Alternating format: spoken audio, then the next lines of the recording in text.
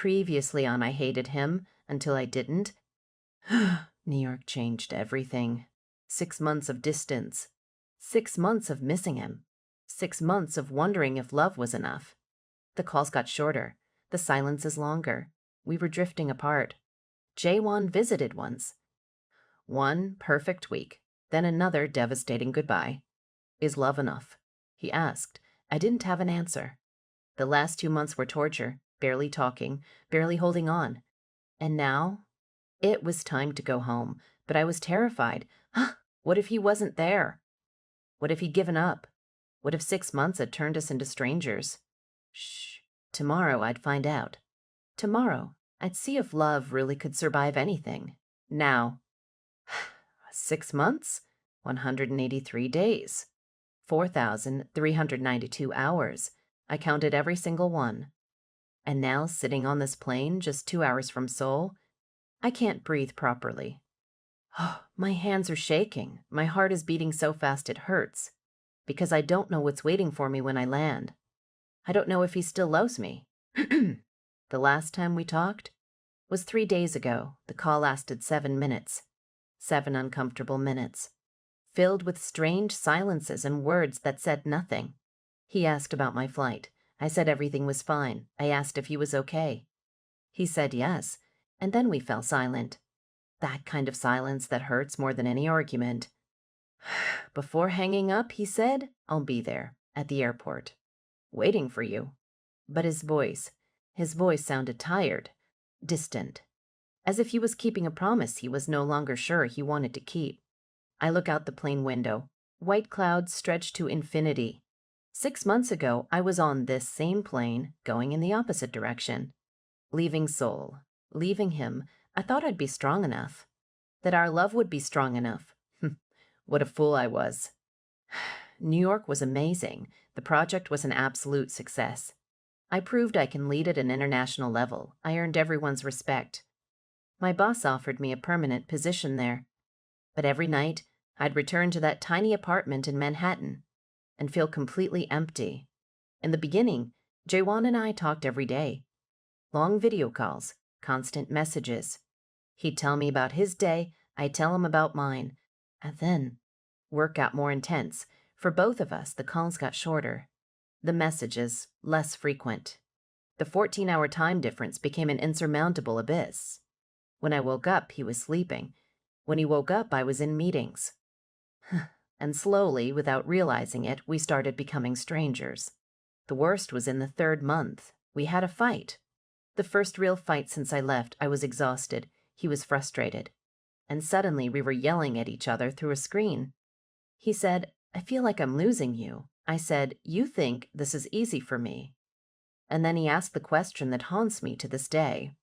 Is love enough? Sua, is it really enough? I didn't know what to answer. Because in that moment, exhausted and alone, thousands of miles away, I wasn't sure. In the 4th month, he surprised me. He showed up in New York without warning, a whole week with me. That week was magical, as if nothing had changed. As if there was no ocean between us, no time zones, no distance. We walked through Central Park. We ate pizza in Brooklyn. We went up to the top of the Rock at sunset. And when he kissed me, with the city lit up behind him, I thought, we're going to make it. We're going to survive this. But then the week ended, and the goodbye. The goodbye was worse than the first one, because this time we knew. We knew how much it hurts. We knew how hard it is. I cried at the airport. He did too. And when he went through security and looked back one last time, I saw something in his eyes that terrified me. Doubt. The last 2 months were the worst. We barely talked. Short messages, monosyllabic responses. I wondered if he was pulling away, preparing for the end. Or if I was doing that. Maybe both of us. The flight attendant announces, we'll be landing in Seoul in approximately 1 hour. Please return to your seats and fasten your seatbelts. 1 hour. 60 minutes until I find out if I still have a boyfriend. Or if I spent 6 months holding on to a relationship that's already dead. I close my eyes and try to remember his face, not through a screen. His real face, the way his eyes narrow when he smiles, the small scar above his left eyebrow, the way he bites his lip when he's thinking. Has he changed? Have I changed? Will we be able to recognize each other? The plane starts descending. My stomach churns. It's not just from the turbulence. I grab my phone. No new messages. Part of me wants to text him. Ask if he's really going to be there, but I'm afraid of the answer. Or worse, I'm afraid of getting no answer at all. So I put the phone away and look out the window. Seoul appears below me, lights blinking in the darkness of night. My city. My home. But is it still my home? After 6 months away, is he still mine? The plane touches the ground. The impact shakes me. We're here. I'm back. As the plane taxis to the gate, I feel my heart racing faster and faster. People around me start standing up, grabbing luggage, eager to get out. But I stay seated, paralyzed. Because on the other side of that door, in the arrivals hall, there might be the man I love. Or there might be no one. Finally, I stand up. I grab my carry-on. I follow the flow of passengers. Each step feels heavy. As if I'm walking to my own judgment. I go through immigration. I get my luggage. I walk through the automatic doors to the arrivals hall. And then I see him. Jae-won, he's there. Leaning against a column, hands in his pockets, looking at the floor. He looks tired. Thinner than I remembered. There are dark shadows under his eyes. For a moment, I just stand there looking at him. My heart is beating so loud I can hear it in my ears. He came. He really came. And then, as if sensing my gaze, he lifts his head. Our eyes meet. For a second, neither of us moves. We just look at each other across the crowded hall. Two people who used to know each other so well, who are now almost strangers. And then he starts walking toward me, slowly, hesitantly. I start walking too. My feet move before my brain can process. The distance between us shrinks. 10 meters, 5 meters, 2 meters. And then we're face to face. He's so close. After so long, he's here. Real, not through a screen. I can smell his cologne. See every detail of his face. Welcome back, he says. His voice is soft, careful, as if he's talking to someone who might break at any moment. Maybe I might. Hi, I reply. It's all I can say, because there are so many words stuck in my throat that none can come out.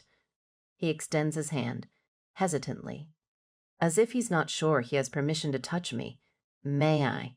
He asks, looking at my suitcase. I nod. He takes my suitcase. And then we stand there in the middle of the hall, people passing around us. And neither of us knows what to do. Should we go? He finally asks. Yes, I say. We walk side by side to the parking lot. We don't touch. There's a space between us, small but present. 6 months ago he would have held my hand, put his arm around my shoulders. Now we walk like two polite acquaintances. His car is in the same spot as always. He puts my suitcase in the trunk. We get in. He starts the engine. And then, in the silence of the car, reality hits me. We don't know how to be together anymore. He drives in silence. I look out the window, watching Seoul pass by. Everything looks the same, but also different. Or maybe it's me who changed. How was the flight? He asks. Long, I reply. More silence. You must be tired, he says. I am. I want to scream. I want to shake him. I want to ask, is this it? Is this how it's going to be now? Polite conversations about flights and tiredness, but I say nothing, because I'm afraid of the answer. He stops in front of my apartment. The apartment I haven't seen in 6 months. He turns off the engine, but neither of us moves. Sua-ah, he finally says. His voice is tense, as if he's preparing for something difficult. My heart sinks. This is it. He's going to break up with me. Here, now, in the car, on the first night back. Yes, I whisper. He turns to look at me, and for the first time since I arrived, really looks at me. I see pain in his eyes, and fear, and something else I can't identify. I missed you, he says. His voice breaks a little on the last word.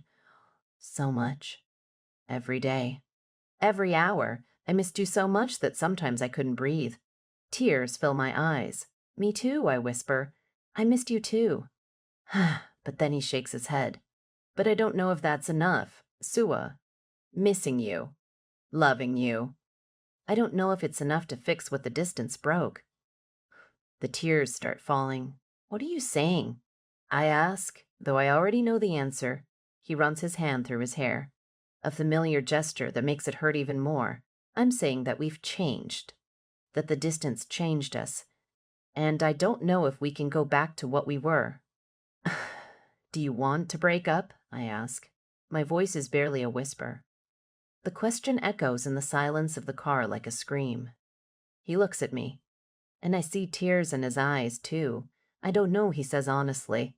I don't know what I want. I just know I'm tired. Tired of missing you. Tired of loving someone who's so far away. Tired of feeling alone even while being in a relationship. Each word is a stab. Because I feel exactly the same way. So what do we do? I ask. He sighs. A long, tired sigh. I don't know. Maybe we need time to figure out if we still fit.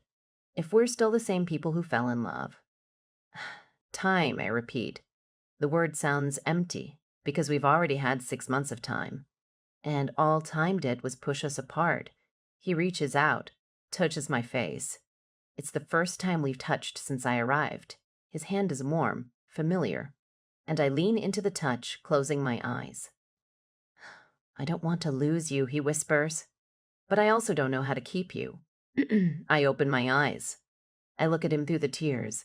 Then let's figure it out, I say, together. No distance, no screens, just the two of us. Let's figure out if there's still something here to save.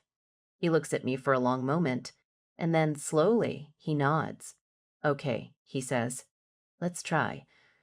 But there's something in his voice, a hesitation, a doubt. And I know this isn't a happy reconciliation. It's just a postponement. Of the inevitable or of healing, I don't know yet. He helps me with my suitcase. We walk to the door of my building. In the elevator, we're silent. Side by side, but not touching. At my apartment door, I turn to him. Do you want to come in? I ask. He hesitates, and the hesitation hurts more than any words. Not today, he says softly. You need to rest. And I need to think.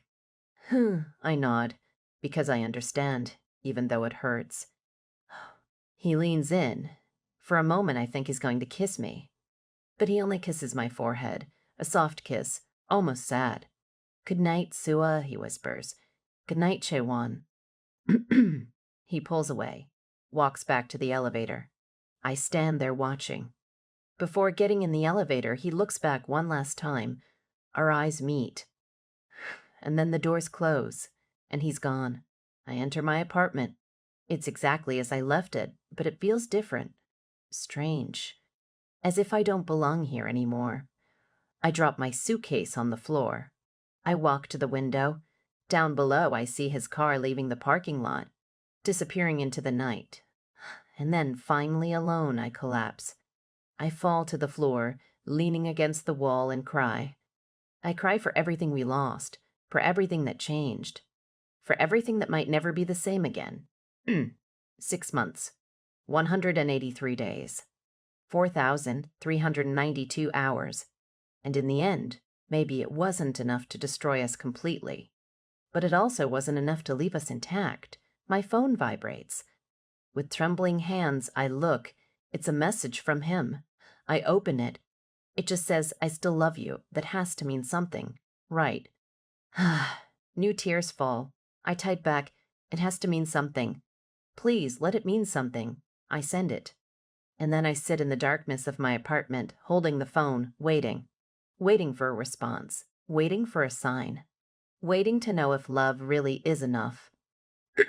Or if sometimes, even the strongest love can't survive the distance. The phone vibrates again. I look. Tomorrow. Let's meet tomorrow and talk. Really talk. No running away. Okay. I take a deep breath. Okay, I type. Tomorrow. I send the message, and then, exhausted, I drag myself to bed. I lie down still dressed, staring at the ceiling. Tomorrow. Tomorrow we'll find out if there's still an us, or if 6 months of distance turned two people in love into two strangers who once loved each other. I close my eyes, and for the first time in 6 months, I sleep in my own bed. But I don't feel at home, because home isn't a place. Home is a person. And I don't know anymore if that person is still mine, or if I'm still theirs. Tomorrow. Everything will be decided tomorrow, if there's still anything left to decide.